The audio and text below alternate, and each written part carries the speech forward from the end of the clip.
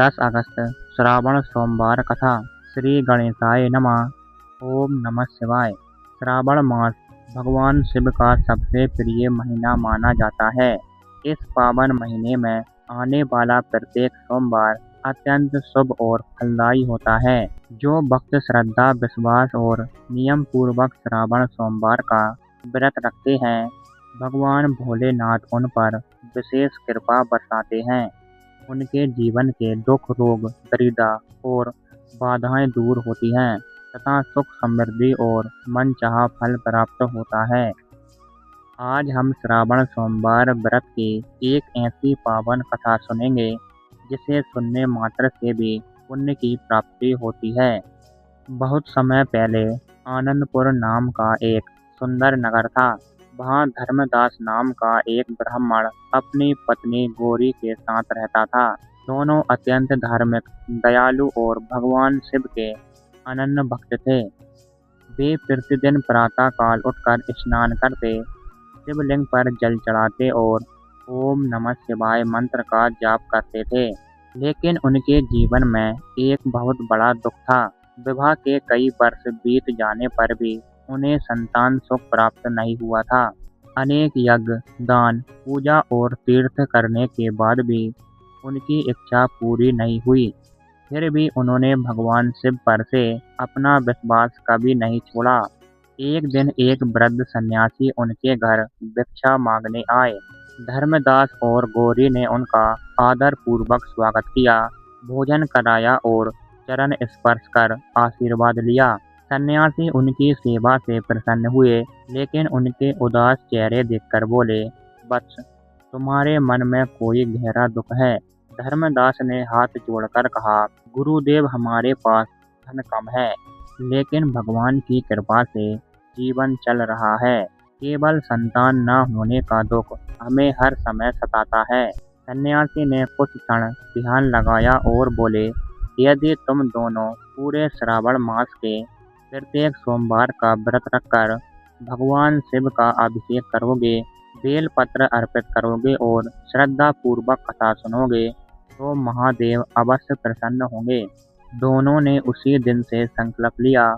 अगले सोमवार प्रातः ब्रह्म मुहूर्त में उठकर उन्होंने घर की सफाई की, स्नान किया और स्वच्छ वस्त्र धारण किए। मिट्टी से शिवलिंग बनाकर उस पर गंगा जल, दूध, दही, शहद, घी और शक्कर से अभिषेक किया। फिर चंदन, अक्षत, धतूरा, भांग, आक के फूल और बेलपत्र अर्पित किए। पूरे दिन उपवास रखा और शाम के समय भगवान शिव की आरती कर कथा सुनी। ऐसा करते करते पूरा श्रावण मास बीत गया।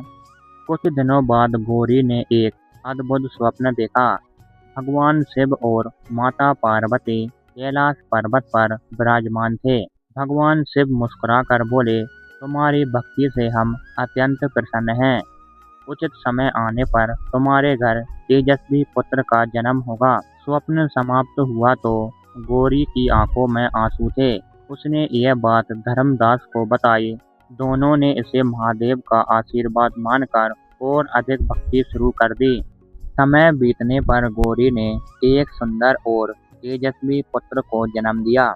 पूरे नगर में उत्सव मनाया गया। बालक का नाम शिवांश रखा गया। शिवांश बचपन से ही बुद्धिमान, विनम्र और धार्मिक था। वह प्रतिदिन अपने माता पिता के साथ शिव मंदिर जाता और भगवान भोलेनाथ की पूजा करता था। नगर के सभी लोग उसकी सरलता और सेवा भावना की प्रशंसा करते थे। कुछ वर्षों बाद आनंदपुर में भयंकर सूखा पड़ गया। खेत सूख गए, कुएं खाली हो गए और लोग भूख प्यास से व्याकुल हो उठे। पशु पक्षी भी तड़पने लगे। राजा ने अनेक उपाय किए, लेकिन वर्षा नहीं हुई। तब नगर के विद्वानों ने कहा, सभी लोग मिलकर भगवान शिव का रुद्र अभिषेक करें और श्रावण सोमवार का व्रत रखें। धर्मदास, गौरी और शिवांश ने पूरे नगर को साथ लेकर विशाल शिव पूजन का आयोजन किया। हजारों भक्तों ने ओम नमः शिवाय का जाप किया, शिवलिंग पर गंगा जल, दूध और जलधारा से अभिषेक किया। जैसे ही आरती समाप्त हुई, आकाश में काले बादल छा गए। तेज गर्जना हुई और मूसलाधार वर्षा शुरू हो गई। सूखी धरती हरी भरी हो गई। किसानों के चेहरे खिल उठे और पूरे नगर में फिर से खुशहाली लौट आई। राजा ने कहा कि प्रत्येक वर्ष श्रावण सोमवार का व्रत पूरे राज्य में श्रद्धा पूर्वक किया जाएगा। धर्मदास ने अपने पुत्र से कहा, बेटा याद रखना, भगवान शिव को धन नहीं, सच्ची श्रद्धा प्रिय है। जो भक्त निष्कपट मन से उनका स्मरण करता है, उसकी रक्षा स्वयं महादेव करते हैं। शिवांश ने जीवन भर भगवान शिव की भक्ति, सेवा और सत्य का मार्ग अपनाया।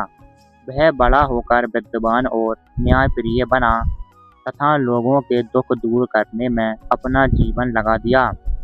इस प्रकार भगवान शिव की कृपा से केवल एक परिवार ही नहीं, बल्कि पूरा नगर संकट से मुक्त हो गया। इस कथा से हमें यह शिक्षा मिलती है कि भगवान शिव की भक्ति, सच्चा विश्वास, संयम, दया और सेवा का मार्ग कभी व्यर्थ नहीं जाता।